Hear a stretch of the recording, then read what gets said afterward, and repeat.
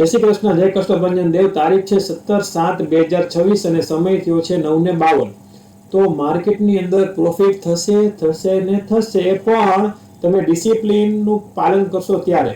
તમારે કોઈ ઇન્ડિકેટર લગાવવા નથી, તમારે પુટ લેવો છે તો પહેલા પુટનો સિનેરિયો બનવા દો, અને કોલ લેવો છે તો કોલનો સિનેરિયો તમે બનવા દો। જ્યાં સુધી એ ના બને ત્યાં સુધી તમારે કંઈ જ કરવાનું છે નહીં, બરાબર છે। તો આજે આપણે એક વસ્તુ નથી કરેલી। 9:52 થઈ ગઈ છે, 9:15 માર્કેટ ખુલે, આપણે કાલે પ્રોફિટમાં આવી ગયેલા હતા। એટલે એવું જરૂરી નથી કે લોસ કરવો કે પ્રોફિટ કરવો, પ્રોફિટની પાછળ નહીં, તમારી સિસ્ટમની પાછળ ભાગો। માર્કેટ ગેપ અપ નાનું એવું ઓપન થયું, ત્યાંથી કન્ટિન્યુ માર્કેટ મૂવ કરતું ચાલ્યું ગયું। તો કેટલું ચાલ્યું? હું સેન્સેક્સની અંદર ટ્રેડિંગ કરું છું, તો સેન્સેક્સ ચાલી ગયું છે 487 પોઈન્ટ, ઓલમોસ્ટ 500 પોઈન્ટ। તો અહીંયા શું મારે કોલ લેવો કે પુટ લેવો? પણ જ્યાં સુધી મને સ્ટોપ લોસની જગ્યા નહીં મળે ત્યાં સુધી હું ટ્રેડિંગ નહીં કરું। તો હવે જોઈએ છીએ આપણને સ્ટોપ લોસ ક્યાં મળે, ટ્રેડ ક્યાં લઈએ। ટ્રેડ લઈ ત્યારે તમને કહીશ, અને પોઝિશન કાઢીશ, લોસ કરીશ કે પ્રોફિટ ત્યારે તમને કહીશ, બરાબર છે। વાગે એક સેટઅપ મળે છે, માર્કેટ ઉપરથી જઈને નીચે રિટ્રેસમેન્ટ આપે છે। હવે જો મોટું રિટ્રેસમેન્ટ આપશે તો હર કોઈ બાયર છે એ બાયની અંદર આવી જશે, મતલબ એ લોકો ફૂલ ઇન્ટરેસ્ટેડ થઈ જશે। માર્કેટ ક્યારેય આ ચાલ્યું માર્કેટ પછી નીચે આવે છે તો બધા બાય કરશે અહીંયા, તો બહુ મોટું રિટ્રેસમેન્ટ નહીં આપે। જો નીચે જશે તો આપણે લોસ બુક લેશું, નહીં સર માર્કેટ અહીંથી ચાલવા માંડશે, બરાબર। તો અત્યારે આપણને 2000 નો લોસ ચાલે છે, આપણે અત્યારે 100 ક્વોન્ટિટી બાય કરેલી છે। એક ગ્રીન કેન્ડલ સારી આવશે એટલે આપણે આપણી મેજર ક્વોન્ટિટી છે એ આપણે એડ કરી દેશું, બરાબર છે। અત્યારે આપણને લોસ ચાલે છે 1400 રૂપિયાનો, જોઈ લો તમે, 1300-1400 રૂપિયા નુકસાની ચાલે છે।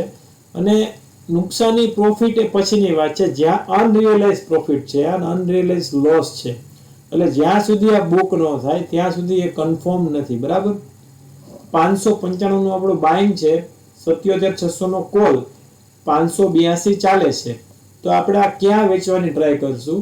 એક્ઝામ્પલ 660, 670 ને 680 આજુબાજુ આપણે વેચવાની એકવાર ટ્રાય કરશું, બરાબર છે। જોઈએ પ્રીમિયમ જાય કે નહીં। સામે છે 4600 નો પ્રોફિટ ચાલે છે, 5000 રૂપિયા ટચ થઈ ગયો, બરાબર પ્રોફિટ। આપણે જ્યારે પ્રીમિયમ બાય કર્યું ત્યારે આપણે 595 નું બાય કરેલું હતું ને 660 રૂપિયા, 70 રૂપિયા, 80 રૂપિયા નીકળવાની આપણી વાત થઈ હતી, તો 650 પ્રીમિયમ પહોંચી ગયું છે। અત્યારે શું મારે નીકળી જવું જોઈએ?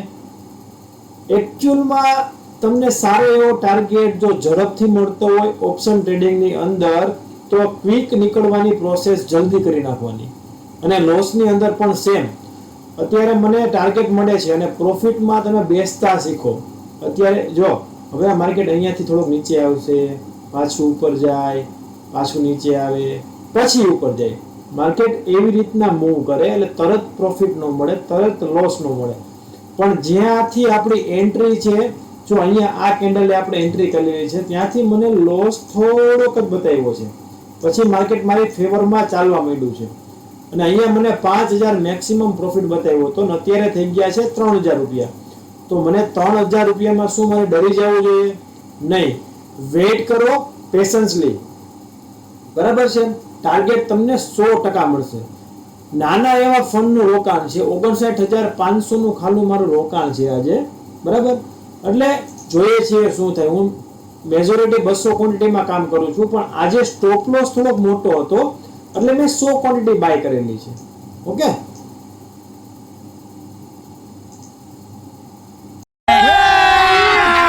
अभी मजा आएगा ना भिड़ो।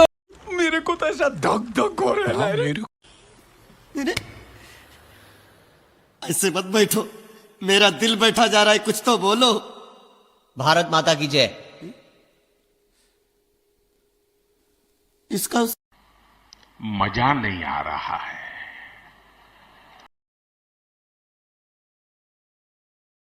कौन है ये लोग? कहां से आते हैं ये? માર્કેટની અંદર તમે જુઓ કેટલા ડિસિપ્લિનથી ટ્રેડ લીધો, 59000 ના ફંડથી 9255 નો પ્રોફિટ। હવે આ પ્રીમિયમ કદાચ 780 વહી જાય કે 800 વહી જાય, એમાં બહુ ટેન્શન નહીં લેવાનું, તમારો ટાર્ગેટ તમને મળી ગયો છે। આ વસ્તુ તમારે શીખવાની છે. રોજ હીરો જીરો નથી કરવાનું. રોજ આ પ્રીમિયમ ન મળે. અત્યારે 748 ગયું છે, કાલે ના બી જાય, બરાબર? એટલે નાનો એવો પ્રોફિટમાં તમે ખુશ રહેતા શીખો. વધારેમાં કે કેવું નથી, તમે ટ્રેડિંગ શીખો.